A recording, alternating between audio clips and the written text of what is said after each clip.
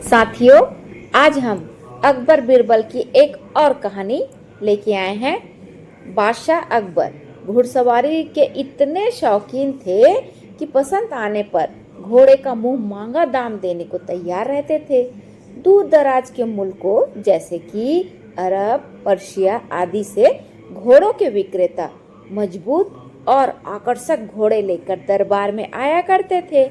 बादशाह अपने व्यक्तिगत इस्तेमाल के लिए चुने गए घोड़े की अच्छी कीमत दिया करते थे। जो घोड़े बादशाह की रुचि के नहीं होते थे, उन्हें वो सेना के लिए खरीद लिया करते थे। अकबर के दरबार में घोड़े के विक्रेताओं का अच्छा व्यापार होता था। एक दिन घोड़ों का एक नया विक्रेता दरबार में आया। अन्य व्यापारी भी उसे नहीं जानते थे। उसने दो बेहद आकर्षक घोड़े बादशाह को बेचे और कहा कि वह ठीक ऐसे ही 100 घोड़े और लाकर दे सकता है, लेकिन उसे आधी कीमत पेशगी दे दी जाए। बादशाह को चूंकि घोड़े बहुत पसंद आए थे, सो वैसे ही 100 और घोड़े लाने का तुरंत मन बना लिया। बादशाह ने अपने खजांची को बुलाकर व्यापारी को आधी रकम अदा करने को कहा। खजांची उस व्यापारी को लेकर खजाने की ओर चला गया, लेकिन किसी को भी यह उचित नहीं लगा कि बादशाह ने एक अनजान व्यापारी को इतनी बड़ी रकम बतौर पेशगी दे दी। लेकिन विरोध जताने का हिम्मत किसी के पास नहीं था। सभी चाहते थे कि बीरबल को बुलाया जाए। बीरबल भी सौदे से खुश नहीं थे। वह बोला, हुजूर, कल मुझे आपने शहर भर के मूर्खों की सूची बनाने को जो कहा था, मुझे खेद है कि उसमें आपका नाम सबसे ऊपर है। बादशाह अकबर का चेहरा मारे गुस्से के लाल हो गया। उन्हें लगा कि बीरबल ने भरे दरबार में विदेशी मेहमानों के सामने उनका अपमान किया है। गुस्से से भरे बादशाह चिल्लाए, तुम्हारी हिम्मत कैसे हुई हमें मूर्ख बताने की? बीरबल अपना सिर झुकाते हुए सम्मानित लहजे में बोला, आप चाहे तो मेरा सर कलम करवा दे। यदि आपके कहने पर तैयार की गई मूर्खों की हैसियत में आपका नाम सबसे ऊपर रखना आपको यदि गलत लगे तो।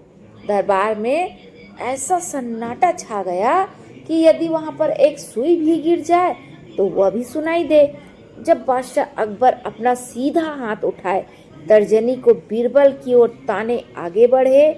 दरबार में मौजूद सभी लोगों की सांसें थम सी गई थी। उत्सुकता और उत्तेजना सभी के चेहरों पर नृत्य कर रही थी। उन्हें लगा कि बादशाह सलामत बीरबल का सिर धड़ से अलग कर देंगे। इससे पहले कि किसी की इतनी हिम्मत नहीं हुई थी कि बादशाह को मूर्ख कहे, लेकिन बादशाह ने अपना हाथ बीरबल के कंधे पर रख दिया। वह कारण जानना चाहते थे। बीरबल समझ गया कि बादशाह क्या चाहते हैं।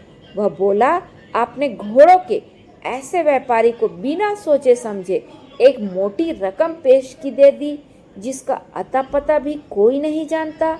वह आपको धोखा भी दे सकता है, इसलिए मूर्खों की सूची में आपका नाम सबसे ऊपर है। हो सकता है कि वह व्यापारी वापस ही नहीं लौटे। वह किसी अन्य देश में जाकर बस जाएगा और आपको ढूंढे नहीं मिलेगा। किसी से कोई भी सौदा करने के पहले उसके बारे में जानकारी तो होनी ही चाहिए।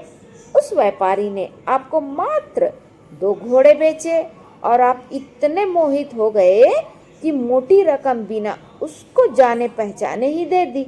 यही कारण है। बस तुरंत खजाने में जाओ और रकम की अदायगी रुकवा दो। अकबर ने तुरंत अपने एक सेवक को दौड़ाया। बीरबल बोला, जब आपका नाम उस सूची में नहीं रहेगा। बादशाह अकबर कुछ क्षण तो बीरबल को घूरते रहे, फिर अपनी नजर दरबारियों पर लगाया और ठहाका लगाकर हंस पड़े। सभी लोगों ने राहत की सांस ली कि बादशाह को अपनी गलती का एहसास हो गया था। हंसी में दरबारियों ने भी साथ दिया और बीरबल की चतुराई को एक स्वर में प्रशंसा की गई। इस कारण कहा जाता है कि अकबर सवाल तो बीरबल उसका जवाब।